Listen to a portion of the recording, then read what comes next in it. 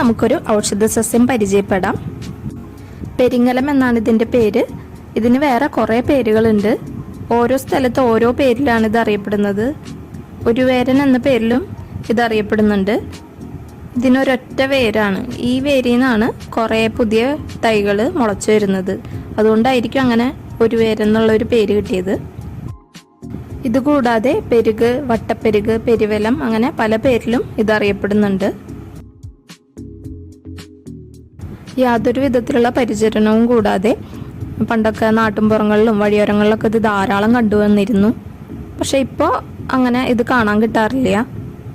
പണ്ടുള്ളവർ ഓണക്കാലത്തൊക്കെ പൂക്കളിടാനായിട്ട് ഇതിൻ്റെ പൂക്കൾ ഉപയോഗിച്ചിരുന്നു. ശലഭങ്ങളെ ആകർഷിക്കാനുള്ള കഴിവ് ഇതിൻ്റെ പൂക്കൾക്കുണ്ട്.